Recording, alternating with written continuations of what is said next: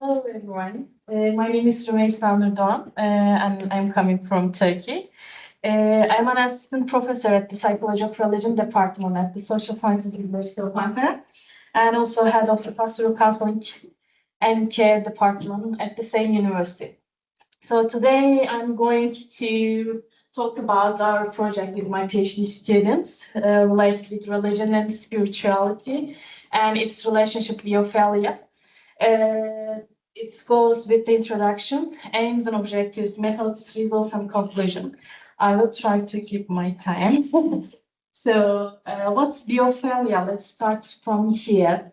It's also actually refers to human tendency towards the nature and vitality. Exact translation, biophilia, is actually love of life. So everything with vitality, if a human beings has a tendency towards this vitality beings, then this means biophilia. The concept was initially discussed by Eric Fromm, and he described biophilia as a psychological orientation characterized by a love of life, growth, and vitality. And then it was developed by Edward Wilson and transformed towards the biophilia hypothesis.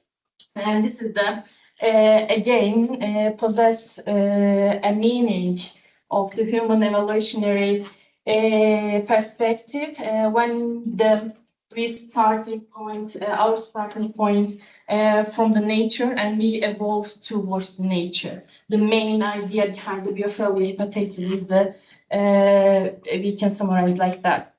So.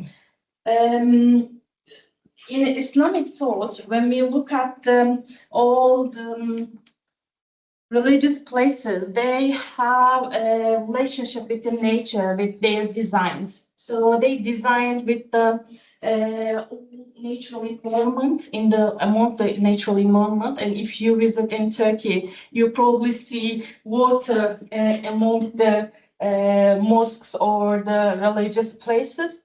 So they try to connect religious places with the nature in the history. And in Islamic thought, nature is a quite important role on the human being's well-being. So it means we have to look at the nature to understand the God, and we have to seek some tips on the nature, in the nature, to reach out to God. So in Islamic thought, nature is quite important role. And from an architectural perspective, traditional mosque designs frequently integrates gardens, water elements, natural lights, and view of the surrounding landscapes. And those are the very important elements for an architecture to create a religious place in the medieval age. Moreover, during the medieval age in Anatolia, hospitals, schools, Darüşşifas, houses of healing, they use the power of nature to heal mentally ill people, and it starts around the 9th century. It's very early age. So, and this came to our research questions actually. Nowadays, as a modern people and human beings, we thought we are above the nature, we are controlling the nature, and nature serves us. We are not part of the nature. We are better than the other created things in the nature, and we have the right to control them. But when we look at the as we taught the biophilia hypothesis, actually we are part of the nature and we forgot about it. And in the evolutionary scenario, we came from the nature and we transformed into the nature, and we became the controlling position on the nature now. So this thought came to our mind. Why not we just look at if a religious place has a natural connection, a natural environment within it in nowadays, in the modern life, then how this can be effective. People are praying in there, and if they can get benefit from it, because generally nowadays when we go to the as you know, I am living in Ankara. When we go to the mosque or any religious place, we just saw the lines and the just empty walls around us. And this is what modernity affects our religious places. So this is the research team. I'm the lead of the research, and those are my lovely PhD students. And all of them has a theological background apart from the Zeynep Göker. She is a psychiatrist.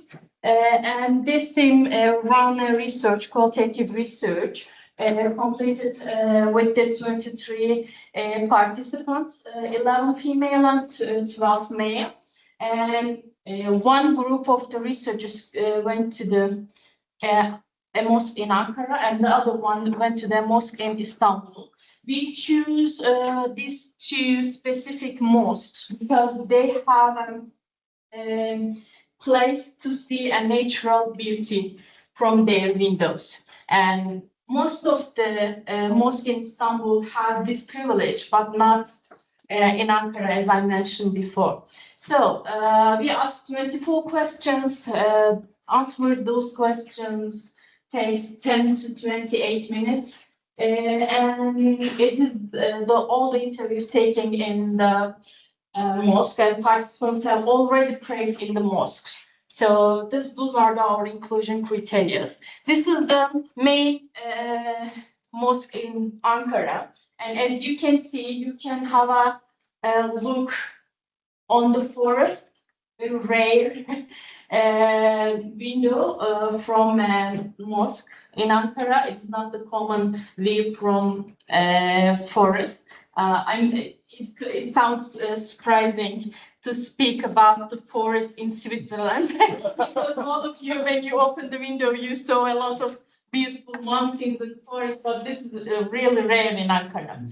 So, and also, when have a look at that, when you pray in here, you are just seeing the trees and other beautiful nature of the the forest.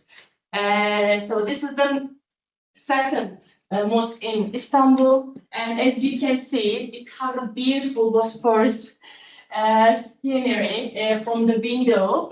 While you were in the mosque, you just see green or blue from the mosque. So during the prayer, you are just communicate with the nature. This is the main idea behind the research, actually. So we run a thematic analysis.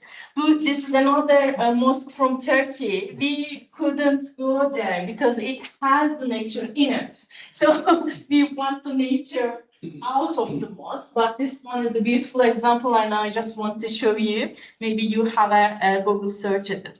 So codes were organized into sub-teams, and then the group into the overarching teams, and then all the rigor of the analysis, all stage of the analytical process were reviewed by a researcher who hadn't been involved in conducting the interviews.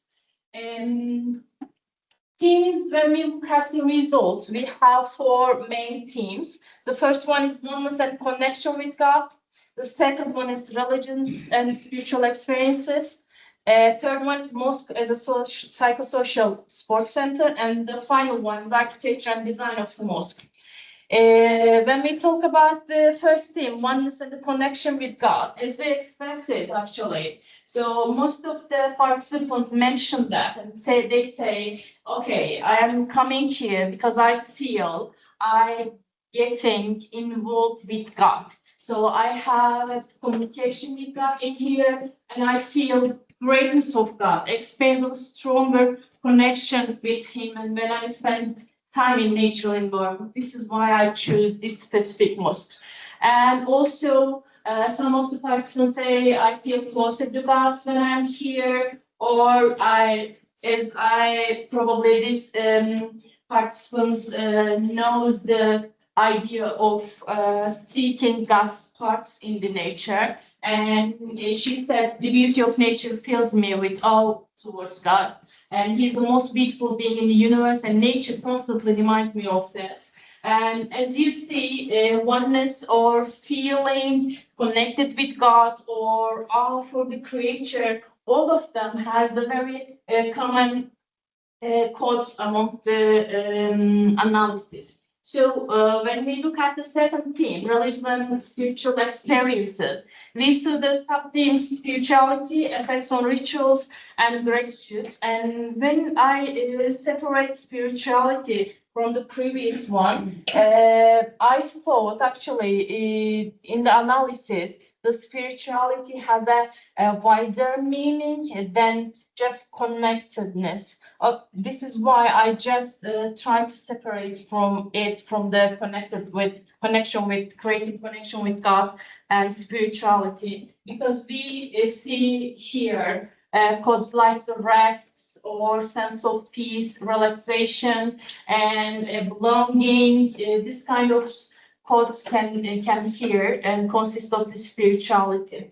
And some of the participants says sometimes they when they are not praying in this mosque for a long time, they are not praying in this mosque, then their rituals are affecting by negatively from it. So this is why they just come back to the mosque to get a better connection with their rituals. So as you know, in Islam, you have to follow some ritualistic rules daily basis. So this is the main motivation for them to visit this mosque for the participants. So I see the trees as a part of God's handiwork, and I feel a profound sense of freedom within myself. This one is the, I think, the best quote from the participant for this theme. When we look at the theme 3, mosque as the psychosocial support centers, we saw sub-themes identity, social community, and childhood. Identity I mentioned because most of the participants mentioned that I belong here. I find myself in this place. This kind of quotes came in from the analysis. So this means that they create a social identity equals with the religious places. And also it's quite interesting because in Islam, as probably most of you know, women cannot attend the general praying sessions. I cannot say cannot, but generally they do not prefer to go to the mosque in Turkey. It's a different situation in different countries, but in Turkey is the situation like that. Only men just pray in the mosques, and we just, if we want, we can go, but generally we don't. We just keep it private. So in the study, we have 12 women, and I think 80% of them mentioned, I'm coming here, I come here because many activities for women and dedicated space for children, and I found involved in the community, and I feel more religious identity in here. So this is another beautiful result from our study. Then we continue to psychosocial support theme. We participants mentioned their childhood memories. Surprisingly, we are not expecting that because we didn't ask any question related with it. And this childhood themes, some things come from their memories. They said, when I came here, I feel like I am in my childhood memories. And I remember constantly those memories during my time in this mosque. And they, of course, they are, those are the happy memories from the childhood. And this is another constitute another sub-theme for the study. as a last theme, architecture and the design of the mosque. This is the main research question, why you prefer this mosque specifically, because it creates kind of environment consists of very simple things, and it's close to the sky, and it has tons of water. We can see the natural surroundings. It has flowers around it.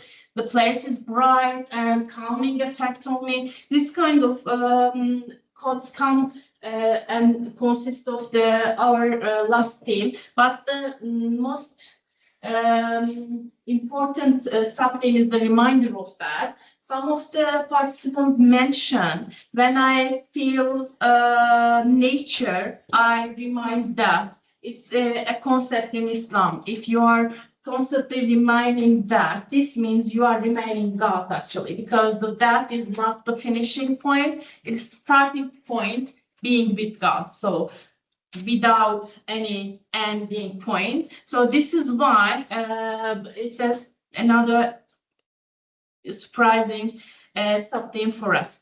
I'm coming to the conclusion, I promise. Last slide. This is the limitation, the research run by Muslim researchers. So all of us Muslim, why I told this, because as a Muslim, we cannot hide this. So we have a symbol on us.